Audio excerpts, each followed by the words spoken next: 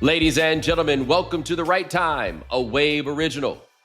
My name is Bomani Jones. Thanks for listening wherever you get your podcast. Thanks for watching us on YouTube. Subscribe, like, rate us, review us, give us 5 stars. You only give us 4 stars. I'm inclined to believe you are a hater. It is Foxworth Friday. Domonique Foxworth, what's going on? Oh, it's football Friday too, which as a country, we all love football and it's fun, but also as an industry. It's a game change. It's a game change. It's a game change. First of all, do you like my Honolulu blue it's t-shirt? gorgeous. It is gorgeous. Yes. I just got it in the mail. I got my hoodie for the cold season, but I needed something a little right now. You know what I'm saying? How y'all feeling though? Like with the coordinators and I feel like we have an incredible roster and a great head coach. Yeah. That's how I feel. We're gonna see with Jimmy's and Joe's, baby. Like, let's not get ourselves too caught up on these, especially with the approach. Like, look, they had a very good offense and they was running some plays, but when you think about it, I don't get the feeling that Dan Campbell is out here like we gonna beat y'all with scheme. Nah. No, that's not what we're going to do. We're gonna beat you down. I'm looking forward to seeing what the next move, because we talked about this before. I think with coaches is like we're quick to give somebody the genius label when they have done something successful, but whether we use the term genius or not, that those tip top of the league minds, they need to be able to have a couple moves. We need to test you a bunch of different ways, and like we're seeing that with Mike McDaniel down in Miami now. Like that man. He had one good idea. And now we try to figure out, and like, I'm not sure. I say that to say about Ben Johnson. It's like there's plenty to point to that's really good. But you know this, when I start picking teams that I think are going to have great seasons, I start with the O-line. If you got a good O-line, a lot of you have a luxury to be trickier than most teams can be. So we'll see what happens with him, but y'all still got that O-line minus Ragnow. Y'all be all right. I'll say the concern is on the inside, right? That's where you got it. And it's interesting seeing like the people who know more about offensive line stuff than I do, and they are not nearly as impressed with my guy Penei Sewell as they are, as they say he is not the greatest pass blocker. But I feel like the way he run block, what we say about his pass blocking is almost being like, yo, they say that boy Dirk can't dribble. You know what I'm saying? Like, it makes it easier for you to pass block, especially when you got a play action centric offense like that.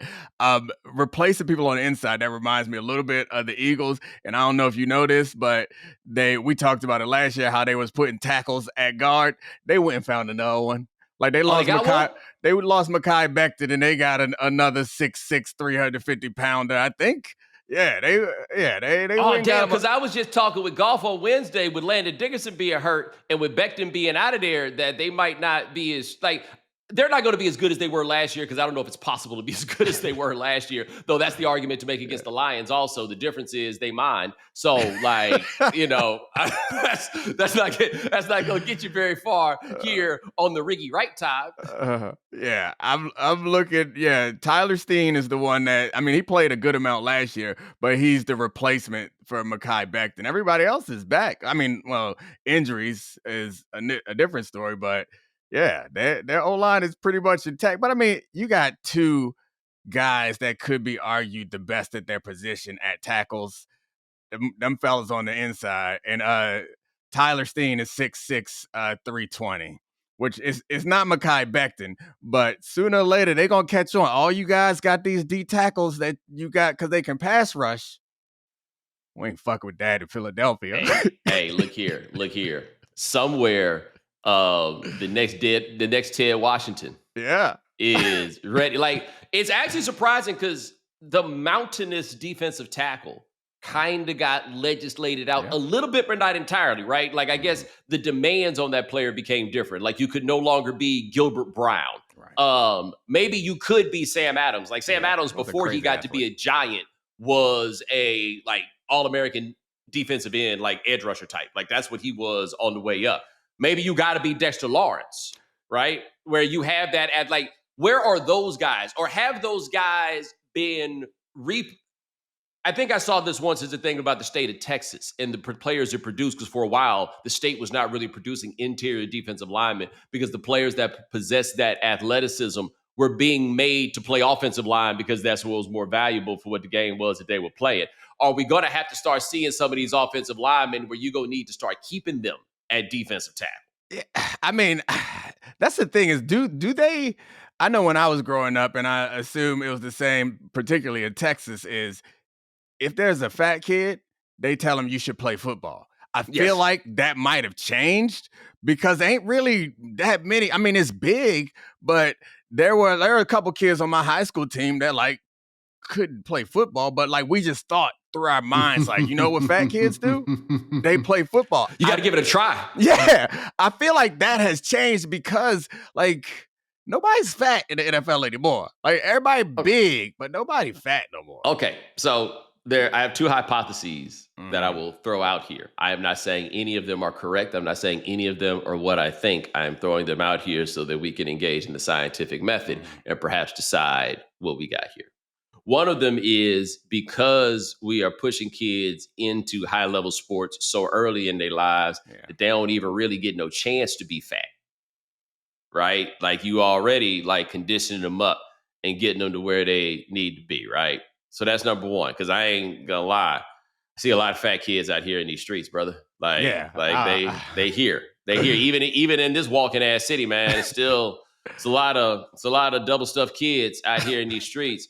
And what we may have, number two, where you saying that, you know, they not making the kids play football like that, maybe is some combination of y'all don't be making kids do nothing anymore that they don't feel like doing, which ties into what may be the next level of the hypothesis is what if, I mean, it stands to reason, if we have a lazier set of kids than we've ever had before, and I don't know if that's true, but if that were the case, right, that would then mean we also got the laziest fat kids we've ever had. Fair, but I also think that there was, at least that's one of the things about football that was kind of cool and different because it was the place where a kid like that could feel like they had some value. Yeah. You know, it's like there's no other sport that we're like, hey, you're perfect for this. It's like being the tall guy. They're like, hey, you're perfect for this. Yeah. I think the demands of the game have changed, even at the lower level where they pass more than they did back in the day, but not as much as they do at the higher levels. It's still just such a fast-paced, spread out game. I guess that's because there ain't no fat offensive lineman no more. Right. Like that part is not a guard, not anywhere. Dang, man. So what we got to find something for them to do, baby. Like you can't just like always all these kinds of things, man. You just can't be leaving these people out here with nothing to do and no identity. You know what I'm saying? Yeah. Like I know you weren't making this accusation, but for anybody who does feel this way, I do have one defense for the lazy kid. I don't think the lazy kid is always the fat kid. And that's what I'm saying. It's a lot of lazy kids. And there's also a lot of fat kids. Yes. Or maybe not a lot, but there are fat kids. And I think that in there, the same thing. Yeah, they aren't the same thing. And in the defense, and I actually learned this when I retired, in the defense of those kids, genetics is strong, boy. They are strong. Because I stopped playing and stopped working out. Shit's still cool. It's just because I was born that way. I've learned. I'm not the person that's allowed to offer any measure of judgment for people who struggle with weight in that direction because I can't. Yeah. I can't relate. I gained like 30 pounds in a very short period of time, and the people who knew me could kind of see it. The people who didn't couldn't believe it. Yeah. They were like, "What do you mean? What the hell did you look like before?" Right? Yeah. Like I felt like that I wanted to defend them because I think for most of my life, because I was such a intense athlete, I was like, yeah, my body's like this because I work so hard.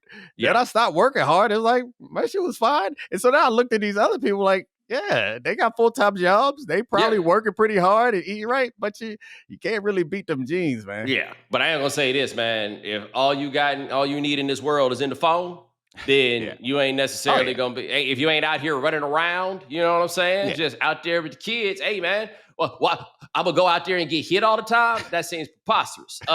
Speaking of preposterous, I think we are underestimating or don't talk nearly enough about the idea that even though they got the brakes beat off them the last time, the Chiefs have gone to the Super Bowl 3 years in a row and are about to suit up to maybe go for the fourth. First game Friday night in Brazil. Don't get captured, as RTJ would say. Don't get kidnapped. as I'm sure they told them when they first got down there to Brazil. They are playing against the Chargers.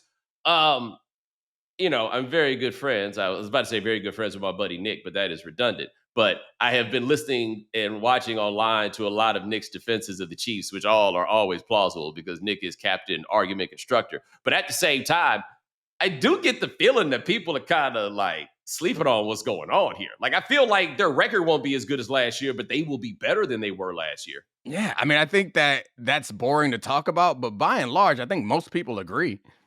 Like, I don't think that anybody, if you ask them, think that the Chiefs are not going to be good. There's some people who are arguing like the Broncos have a chance of taking the division from them. Like, of course, they got a chance. They're good enough. But what? I mean, who put money on it? Like, who really, really is like, I got the Broncos? I think there's some people who believe it's possible. Not many people who I think are going to pick them. And then on top of it, like, we seen them.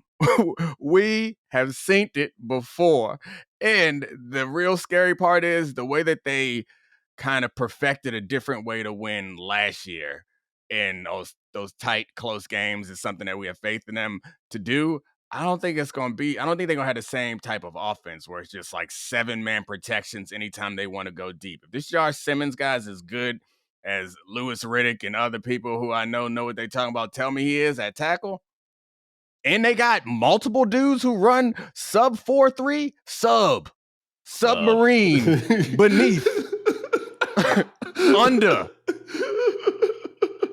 4.3 seconds, man. More than one of them on the same roster. Like, I get it. Rashee Rice, get him back eventually after suspension, and he's going to be able to move the chains and offer something different. I don't give a damn what you say. The boys can fly. That's scary. Let me tell you something. I don't know if there's, and you tell me if I'm wrong here, but I feel like there is no position in the league where a team, if you're going into, we'll call it the top 15 or 20 in the draft, need a tackle, see a tackle, take a tackle, we're good for 10 years. Right? Like, from day one, we are good. If you see a tackle, need a tackle, take a tackle. You do that right there. Dust them hands and keep it moving. And they got him at the end of the draft because of injury concerns. I've been told by people who like watch college line play. Like, I watch college stuff when I get ready for the draft. When I watch college line play, I take your word for it. Like, I watch some college line highlights, but I'm not about to break down a bunch of line film. He looks like an athlete. I've been told that he's a great tackle. And this reminds me a little bit of we overplay, I think, the Super Bowl window on the rookie quarterback contract. Like, I think we overplay that as a thing. Like, obviously, it's a thing. But I think you can obviously build a team without that once you paid your quarterback. But I think the real story is superstar talent on a rookie contract at important positions. So, like, if they found a tackle who's a Pro Bowl level tackle, like Lou Riddick told me he saw him as all pro level. If you got that for 4 years, 5 years, price control, and you got that quarterback, that's almost like having a quarterback. I mean, it's just as good as having like a starting level quarterback, not a superstar. It's different. You have a superstar quarterback, but like a starting level quarterback on a rookie deal is, to me, almost as valuable because you're going to spend that money building up around that quarterback. If you can spend that money on your quarterback because he's a future Hall of Famer and maybe the best we've ever seen, and on weapons around him and improving that defense, like, I think that is just as much a benefit as anything else. Well, I also think that hitting on winners in rounds 2 through 4 is probably underrated. Like, I think about the Legion of Boom Seahawks and look at what they did in those rounds, basically in like the same run of a couple of years, right? Richard Sherman, Cam Chancellor, Bobby Wagner. There's another one I'm not thinking of off the top of my head, but like, they got those guys at the cheap places. And of course, what happens is they all come up for deals at the same time, right? Like, that's the trick bag of it. But if you can get those dudes, like, the thing with the Eagles is the Eagles have zillions of good players on those early deals. Like, we talking about those defensive tackles. They got Jordan Davis and Jalen Carter and Coop. Like, what do you do? They got that man playing safety. They moved him. He's nickel and safety now. It happened eventually. It was coming. Shout out Riley Moss holding it down. You talking about our man Coop? Yeah, man Coop. Yeah, but you know what, man? They so loaded. Yeah. They're like, okay. But they're going to play against the Chargers, man. And how long are we going to keep letting Justin Herbert get away with this? Gosh, he lost his tackle too. Speaking of important to tackle, Rashawn Slater is out, which like that changes everything. Particularly, I mean, they have their other tackle is really good too, Joe Alt.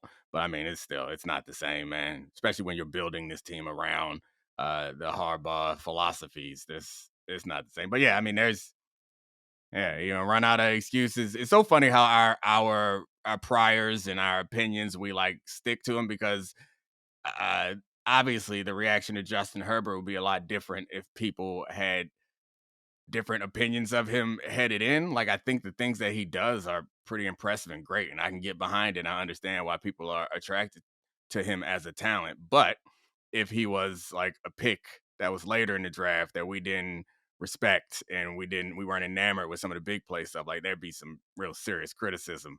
And I think it's coming. Well, I would make this point. He was drafted a year ahead of Trevor Lawrence. Right. And the heat has arrived for Trevor Lawrence. Like, this is the year on Lawrence where we're asking these questions.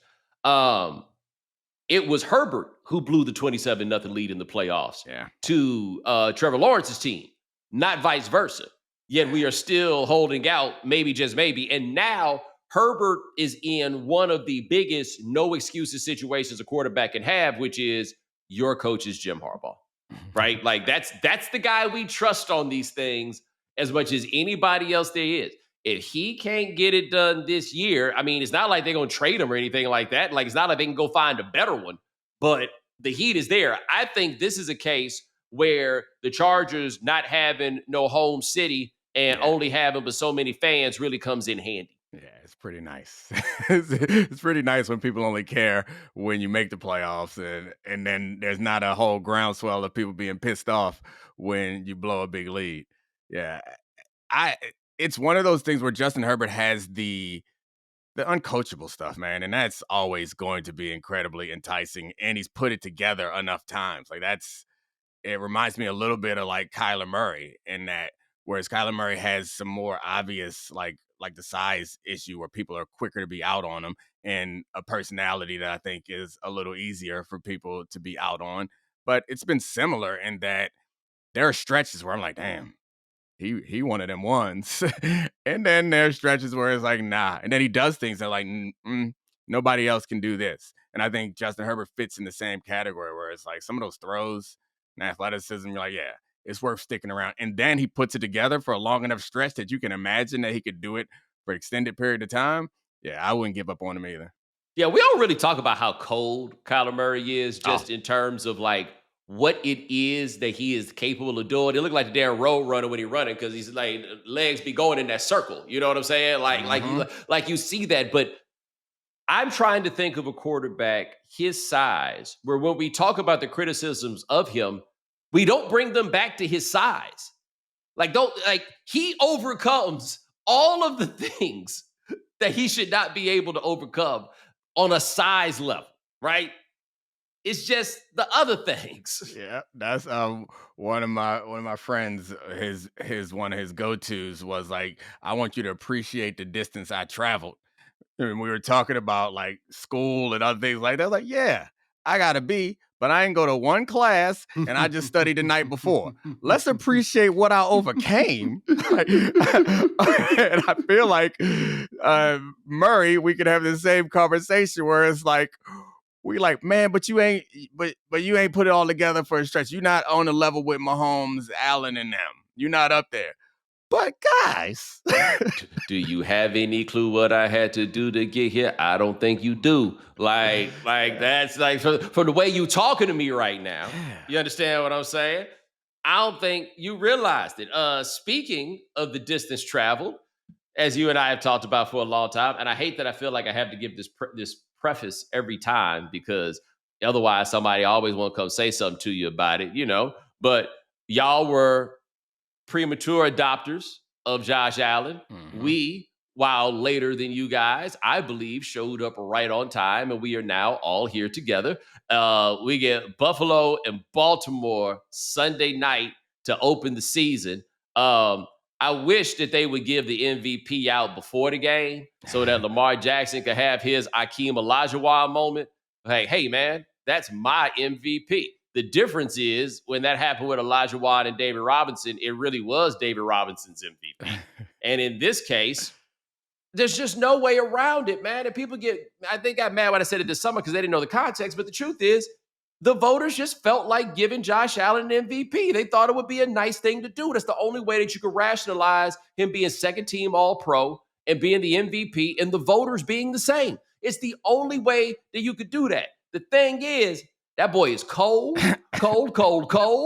Like, let us like, it's not that he is not an MVP caliber type of talent, right? Yeah. But if this were a Michael, and I'm not saying everybody got to be Michael Jordan, but can you imagine if Lamar Jackson was Michael Jordan? He put up 500 yards rushing and 300 yards passing in these games. He put up numbers like they was playing against Army. Yeah. You know what I'm saying? Like it would be like, this is going to be such an interesting game. But before I came in here to record, I was seeing something, I think it's on one of the ESPN shows. And it was a discussion about like, this is the year for Baltimore to put it all together, kind of no excuses. And I'm like, how does this not apply to Buffalo? Like, I think it's a fair argument to make about each of those teams, which is what I think makes this more interesting. It's not, with those two teams, it's not a matter of you got to get over each other. It don't matter about each other no more. Y'all supposed to go to the Super Bowl after we just got through talking about the Chiefs. Like, these are the cats that feel like the dudes at the same time as Jordan. Yeah, and you could argue that their best opportunity has passed for both teams already, given that the Chiefs might be back on the come up and address their issues with their offensive deficiencies. But I think so. The reason why I think that people make the argument about the Ravens is like, I think it's clear that the Ravens' overall roster is better, but they don't have the same benefit that the Bills have in a division that they got at least four dubs right there that we're gonna count up, maybe 6, and that's tough. But I think I obviously do those shows, and so that question has been presented to me and been invited for me to make that take about the Ravens. I can't do it because it's every damn year, man. Like, I feel like it's been like that for 5 years for the Ravens. As soon as Lamar Jackson was playing MVP level football, and I think they might have been 14-2. That might have been before they were 17 games, maybe.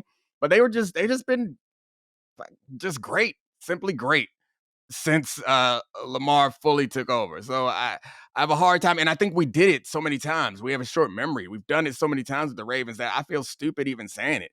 Where they had the first round bye. Like, this is their best chance. They better not blow it. Guess what? They back at it again. This is an organization that's really well run, always has a good roster, and has a quarterback in his prime. I feel like an idiot saying about the Ravens or the Bills that this is your last best chance, because it ain't. As long as those guys are there, it ain't. And the Ravens blew it. I mean, yeah. I don't want to take credit away from the team that won and act like they did not win the game. But the Ravens gave that game away. Like, I think in watching it, It was the moments have overwhelmed Lamar up until this point. I think that's a fair point to make. And you could see it as soon as the mistakes would start early, come to the sideline, slamming that helmet. And it's like, oh boy. Like, I went to the US Open the other day, and tennis is so interesting to watch because you can just watch people crack. You know what I mean? Like, there's nowhere to hide. You're out there all by yourself. And you could tell sometimes very early, oh man, he ain't going to win. Like, he has already begun to come unglued. This is going to happen. Lamar felt like it. This was the first time it didn't feel like he was coming unglued. And he's made all the throws late that you need to make. Now, Mark Andrews, he was in pieces for reasons that I don't quite understand by the time that game was over. But to me, even without the win, that felt like a big hurdle. Like, Josh Allen had his game that you and I will talk about forever in 2019, where he came unglued and he threw that ball down the field to that fullback, AKA square body, right? And then he has some panic in him still, right? But he has largely gotten rid of that. And I think that may be what it comes down to for both sides on them, is which one of them cats if they come up against each other, which is entirely possible in the same round, maybe not the same stadium, it's just a matter of whether you can stay glued, because talent ain't gonna be the issue with either of them. Execution, like Lamar has become such a good passer that I can't believe that people are still trying to hold out on the idea that somehow he is lacking as a passer. No, man. He's that guy, man. He's that guy.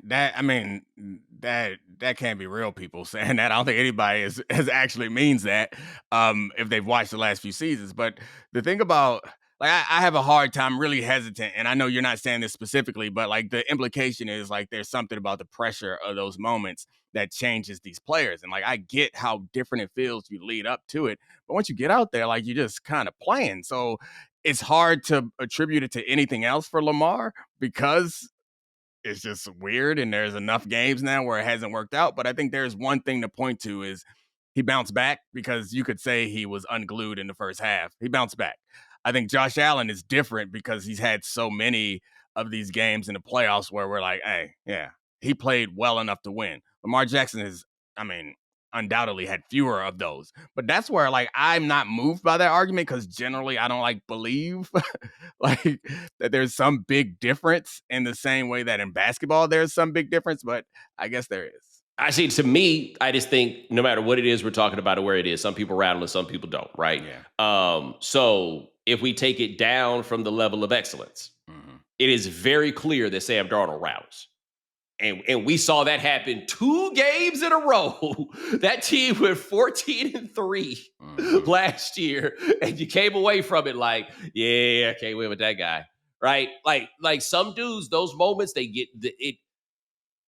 I think tennis for me is the fun example to use, because since it's an individual sport, as happens in golf, we're more forgiving of when people have these moments and they come unglued. It happens. Everybody is capable of that thing happening. And for some people, they get out there and no matter what the thing is, they shake it off and they're all good. Like we've all done television with people before who get out there and it gets them. And they, for whatever reason, they can't get themselves out of it.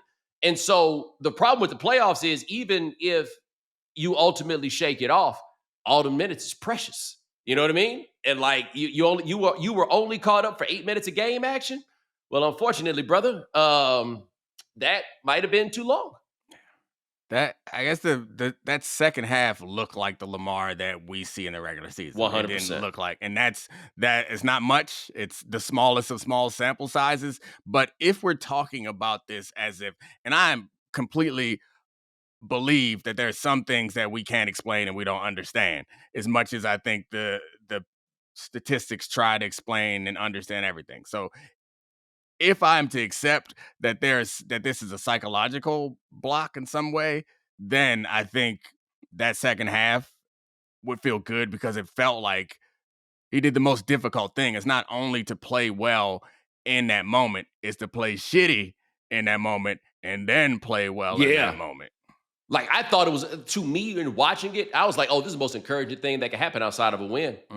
Right? Like, okay, this happened. All right, we're going to have to shake this off. Like, when you reach a place, no matter what this is, to tell yourself that you are bigger than the last mistake that you made and that does not matter. And I felt like in that game, he didn't play well in the first half, but I didn't feel like he came apart. I didn't feel like the loss of composure had taken place as it had in those other games. So to me, like, that to me was what was huge. But I know that if you are going to be a 2-time MVP, because we got this bad thing now because we have access to so much data and so many statistics. It's what happened that year that we gave the MVP to Embiid instead of Jokic in the NBA. And it became a matter of, well, if he's a 3-time MVP, then that means he's in the same rarefied air as these people. Therefore, he does not belong we don't think he belongs in this air. Therefore, we can't give him the 3rd MVP. And that's not how the logic works, right? Like, Tim Lincecum and Johan Santana have won 2 Cy Young Awards. They're not going to go to the Hall of Fame, right? Like, it happens like that sometimes. Like, this could perhaps be some kind of statistical anomaly. Okay, not the biggest deal in the world, right? Lamar Jackson is a 2+ MVP type. He will then be evaluated against all the other people who have 2+ MVPs. Yeah. He always will. And I think eventually they'll get it done.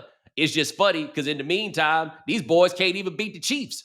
All the boys that we talk about. That is true. Only Joe Burrow over there being like, well, That one time. And it's funny. I rewatched that game a couple seasons ago, and Joe Burrow tried to give it away. It's just, and so like we spent a lot of time on Lamar Jackson, and like Josh Allen obviously has these incredible games and could have beaten in a similar way that the Ravens could have beaten the Bills if the tight end caught the ball. The Chiefs or the Bills could have beaten the Chiefs if their tight end caught the ball. So like we don't have those same postseason questions about Josh Allen because he's risen to those moments in a way that is we can obviously with eyes say like, all right, well, any reason why it doesn't happen is not because of him. I will say this about the Joe Burrow game that anyone who's making the argument that he's in the neighborhood with these other guys is those games are decided by such slim margins, and that man hit a linebacker in the chest in the most pivotal drive of the game. Like, I get that the linebacker dropped the ball and what he did after that was great, and then what he did in the Super Bowl was awesome. But to that point, we decide such big, like, ranking and opinion decisions on such random things because again, and Charlie got some heat last week for doing on my show. He made a joke, but it's kind of true. It's like how the quarterback rankings are really just tight end rankings because Kelsey had a great playoffs that made Mahomes look good, and Mark Andrews dropped that pass, and the Bills tight end, which one was it? I think it was Kincaid. Kincaid dropped that pass. It's like if Andrews catches that pass, Lamar might be a Super Bowl champion and we're the top. If Kincaid, same thing, whatever. If Kelsey doesn't work out. But it's just funny because we use that thing for Burrow as a deciding factor all the time. It's like, but he beat him. He got to a Super Bowl. You can go back through and see some of the mistakes that could have kept him out of it. And the same thing goes the other way. All right, we're going to chill for a minute, come back, and I'm going to tell you about what is going to be very interesting for me in this NFL season. NFL fans, week 1 is your shot to play free and stack $1 million cash bag with DraftKings Pick 6, an official partner of the NFL. Here's how. Download the DraftKings Pick 6 app, DraftKings' easiest way to play fantasy. Enter for free and pick more or less on 6-player stats for week 1. Share your link with friends to add more cash to the bag and get bonus shots to win. Hit all 6 picks, and you'll be splitting a bag that's already at $1 million or more. Download the DraftKings Pick 6 app, use code BOMANI, opt in free, and start stacking entries for NFL Week 1. Zero cost, huge upside. In partnership with DraftKings Pick 6, the crown is yours. Gambling problem? Call 1-800-GAMBLER. Help is available for problem gambling. Call 888-789-7777 or visit ccpg.org in Connecticut. Must be 18 plus, age and eligibility restrictions vary by jurisdiction. Pick 6 not available everywhere, including New York and Ontario. Void where prohibited. Must claim token for free entry in bag builder contest. Only perfect entries earn share of cash prize. Tokens are single use and expire September 8th at 8:15 p.m. Eastern. Terms at pick6.draftkings.com/promos. This show is sponsored by BetterHelp. We turn to some funny places for support, but not everyone is a therapist. Not everyone is the one. Find your right match with BetterHelp. We've all done it before, turning to our barista, hairdresser, or some random stranger in the bathroom for life advice. As fun as they are to talk with about everyday topics, when you're looking for help about relationships, anxiety, depression, or other clinical issues, they may not have all the right answers. Instead, get guidance from a credentialed therapist online with BetterHelp. BetterHelp therapists work according to a strict code of conduct and are fully licensed in the U.S. BetterHelp does the initial matching work for you so you can focus on your therapy goals. A short questionnaire helps identify your needs and preferences, and their 10-plus years of experience and industry-leading match fulfillment rate means they typically get it right the first time. If you aren't happy with your match, switch to a different therapist at any time from their tailored recs. It's completely online, and you can pause your subscription whenever you need to and switch therapists anytime at no extra cost. With over 30,000 therapists, BetterHelp is the world's largest online therapy platform, having served over 5 million people globally. It's convenient, too. You can join a session with a therapist at the click of a button, helping you fit therapy into your busy life. As the largest online therapy provider in the world, BetterHelp can provide access to mental health professionals with a diverse variety of expertise. Find the one with BetterHelp. our listeners get 10% off their first month at betterhelp.com/Bomani. That's BetterHelp, HELP.com/Bomani. All right, we're back with Domonique Foxworth. This will be my 9th football season in New York City. And yes, I pay the money for the package to watch all the games, but it's still cool to just have the games on your regular television. You know what I'm saying? And living here has been awful because you don't have just one bad team, but you also have 2 bad teams that are occupying your television space. However, I feel like I don't know what the Jets are going to be this year, right? They switched out Aaron Rodgers for Justin Fields, and they will play against the Steelers. Put a pin in that. We'll talk about it. But I have to say, I am very curious to watch these New York Giants play. If for no other reason, then they're going to be getting after the quarterback. I don't know if they're going to be able to score no points. Yeah. But, man, you do not want to get 3rd and long against those boys. That is true. I mean, there are going to be a lot of first down runs against them. I think you're going to try to get something, short passes. Like, you don't want to be in 3rd and 8. 3rd and 9. I think you just automatically auto punt because they all look ridiculously talented. It's stupid. And you better counter your quarterback to score some points early so that you can maintain a 2-way go. Can you imagine being down 14 at the half? You come against them, you come on out and that Abdul Carter looked like he'd a Rilladilla. Pin them ears back. That's what they say. I don't even know what that is reference to, but you go ahead and pin them back. You just go ahead and pin them things back because they are coming. But yeah, I hope it works out for them though, because that offense I think has obviously much bigger question marks. They got Neighbors who could be a problem, or not could be, who is a problem. Well, he could be another problem if they don't throw the damn ball. Like I've seen this particular model of wide receiver before. I know how that goes when you waste them. Yeah, they gonna throw him the ball. What else they gonna do with the football?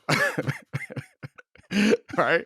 It's not there's not an embarrassment of options for that team, and the coaches with their back against the wall.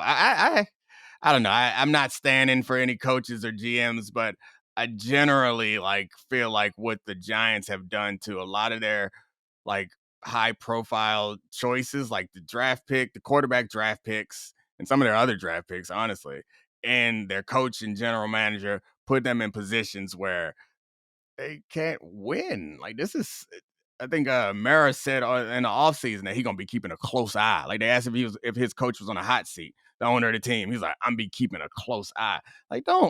You are creating an extra distraction and problem for your team that doesn't have to be there. So I don't know. Second generation. It's that next generation owner. That's the guy that got to make it seem like you're doing something, right? For people who don't know New York, the Maras and the Tishes that own these teams, man, they real classy. They super, that Tish money all over this city. Everywhere you go, they got something somewhere, right? And so that second generation, that level of second generation money, I can tell you that young man, well, he ain't young, but I can tell right now, he ain't never really been good at nothing. They get a football team to the kid that can't do nothing because how could it possibly fail? They just sold 10% of that team for $1 billion. Ooh. Did you see who they sold it to?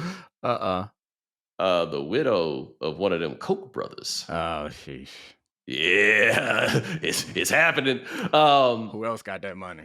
Yeah, but here's the thing. That means the Giants are worth $10 billion. And if the Giants were worth $10 billion, Jerry Jones down there being like, yeah, tell me how I don't know what I'm doing. Okay. But no, they're going to be getting at it. They play against Washington, who I think is built for a regression. And what I think is interesting about Washington is that there's typically a Cliff Kingsbury regression during a season, and that did not happen this year. And so I'm very curious what happens now that everybody's got a year of film on him, year of film on the quarterback, what they're going to do. Yeah, I get all the signs of fourth down situation and the close games, and obviously the talent on this team was not it's not commensurate with a conference final appearance. And catching the best team in the NFL when they were simply depleted by injuries that come from all their hard work finally working against them on a John Henry type of situation. But you go ahead and finish what you was talking about, brother. Yeah, they're yours. They're yours because they're yours. Yeah. That all is true. However, some people are regression proof, and there's a possibility, and they've made additions to his team to make the team better.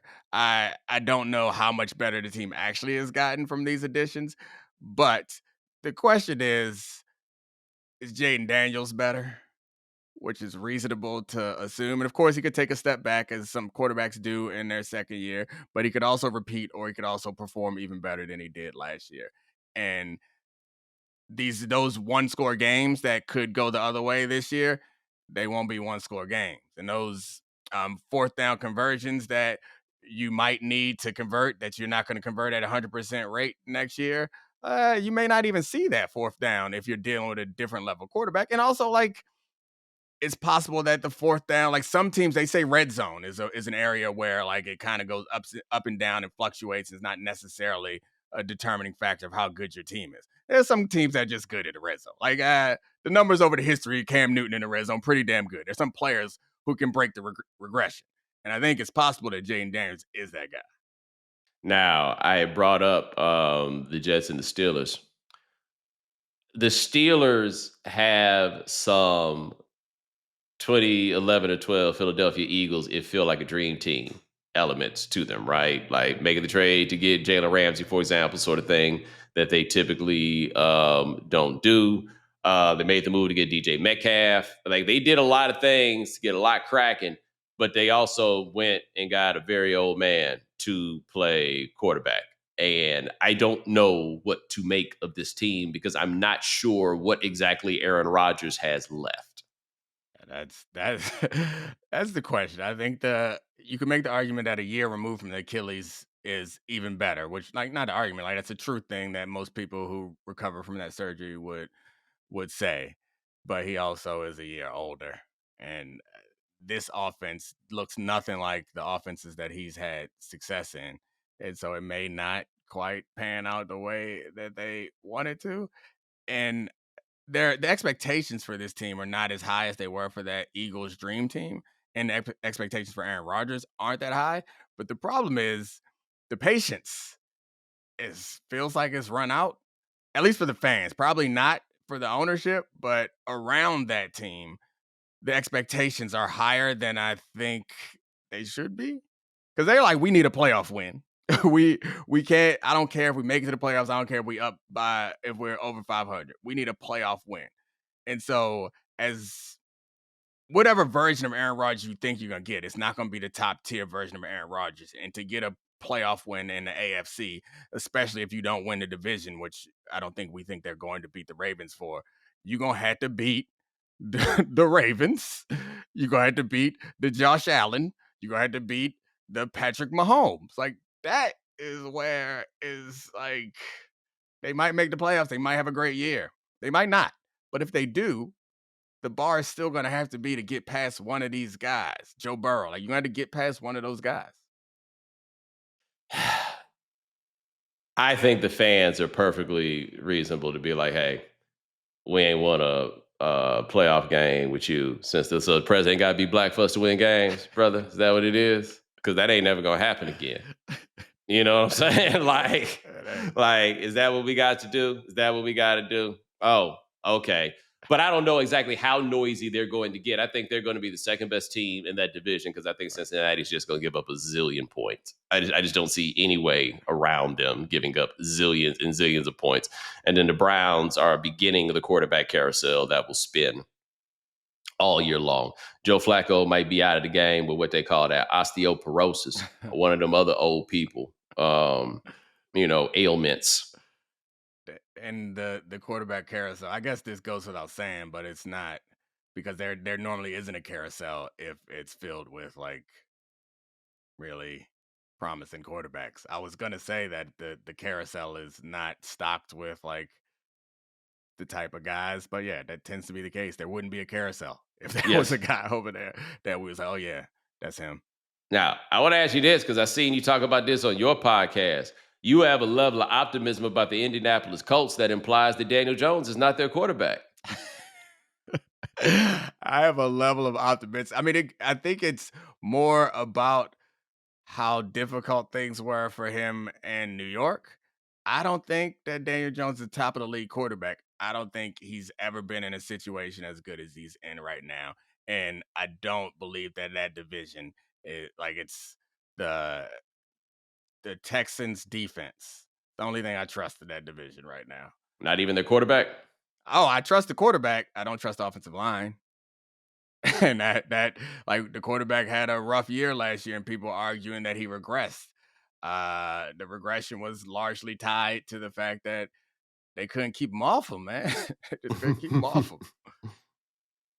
I just can't imagine my job being, all right, you go backwards, everybody else is coming forwards, and figure some shit out right fast. Like imagine somebody hand you like the peg game off the table at the breakfast place. Yeah. And you got to do that with people running at you. Not just people. Not just people. It's these 6'3", 280 hyper athletes that we talked about at the top of the show. It's not just people. They trying to hurt you. I don't care about this and if they hit you, you better not drop the peg game. Right? Like that. I think that we've talked about this part before. That's the most underrated thing is I got to go through all this. These cats be hitting me and I can't drop what's in my hand. I mean, it's the idea that you can perform under that pressure and still make accurate throws by getting hit in the chin while getting hit in the chin is a trait that I don't think we look for in quarterbacks, but it's something that's hugely valuable because we ain't gonna be able to pick them up all the time. Hey man, where are you on this Bo Nix situation? Because I'm gonna need a little bit more personally. Yeah, I mean that isn't that how everyone feels? I mean, yeah. There's a lot of belief. It takes nothing for people to believe in a quarterback, boy. Like I feel like he is in the Mac Jones class until proven otherwise. I mean, I think we all recognize that the offensive line is really good. The coach is really good. That defense is insane, and what they asked of him was not what you ask of, or he didn't show the ability to be a top of the league quarterback, but it's also partially what they asked of. I think he did well in fourth quarters, which you could argue means a lot more. And we should take that in consideration, not just look at like the QBR and all of his raw stats. But I think he got to show you for sure, has to show you some more. I guess maybe Sean Payton is fully bought in, but I would imagine an honest observer is like, yeah, that was a incredible start. We're going to need to take some steps, though, if we want to go where we want to go. Man, I said on Mina's podcast that I wasn't a Bo Nix believer. And boy, Denver, they all in, boy. They are. I guess they thirsty, man. I love Denver. And that's right. That's you. Oh, yeah. No, I love Denver. It's great. Yeah, there's something about the first city you play in. It's a special experience. However, it's a good experience, man. Fresh out of college. Yeah, I understand. And Denver, Mountain Air. Yeah, Denver's an underrated city because it's the biggest city. I don't know, like the mile radius, but like it's the biggest city in a real big radius. And so all the states around there and all the cities around there, like they best and brightest go to Denver. Like if they not gonna go to LA, they're gonna go to Denver or Phoenix. So Denver's a strong town. But anyway, I say all that to say. That I forgot. Bo Nix, yeah, I think that reasonable fans, like you said they're yours. There's some things that you can't see clearly about your team because you're so close to them. Yeah, but I don't be attacking people about if they say something about Jared Goff. You understand what I'm saying? Like I don't be doing that, but they thirstier. They much more. I don't know how they thirstier than the day one Lions fan like myself, but they thirsty for the glory days of Jake Plummer. You know what I'm saying? Like, because you played with Jake, you played with Jake and Jay, right? Yeah, both. I can't think of playing for two more different human beings than going from playing with Jake Plummer to playing with Jay Cutler. It was Jay Cutler as a rookie, so it was like I don't know, you don't get to fully know somebody, not completely comfortable. Well, I guess Jay Cutler probably showed up feeling comfortable about everything, but it's a little different experience. Like Jake Plummer was, I think, a little bit more of himself. So I didn't get to know. Like, I was surprised by the person that Jay Cutler came. So that's how, as you can tell, I ain't know him that well. We just was teammates. On another day, I will tell you, well, I think I've already told you, maybe I'll tell the audience one day how Jay Cutler once inadvertently helped me make millions of dollars. Oh, thank you. Quite a tease, don't you think? Yeah, Matt Ryan is that guy for me. It wasn't inadvertent, though. It was intentional. Matt Ryan did it for you, boy, huh? Appreciate you not being a bum. Appreciate you. You said he threw that touchdown that first play. And you was like, oh. We might got us something here, man. Yeah, let me tell you, the beauty of that pass was you had a long time to enjoy it and appreciate it, boy, because that was a classic Matt Ryan pass. Hey, man, long as you get there, baby. Ain't no hurry. No hurry. Just watch it go. I think it was to Jank, too, and he wasn't a burner, but he took that bang 8 to the crib. Bang 8, Michael Irvin got people knowing about that bang 8. Yeah, reminded me of that bang 8. Them boys ain't run no plays. It reminds me, man. They ain't run no plays. Well, how come every single play looked the same? It's ridiculous. Bang 8. Yeah. Bang 8. But that is Domonique Foxworth. Check him out on the Domonique Foxworth Show, available where all 5 podcasts are given away for free. My brother, I appreciate you. Thanks a lot, Bo. All right, man. And ladies and gentlemen, thanks so much for joining us here on The Right Time.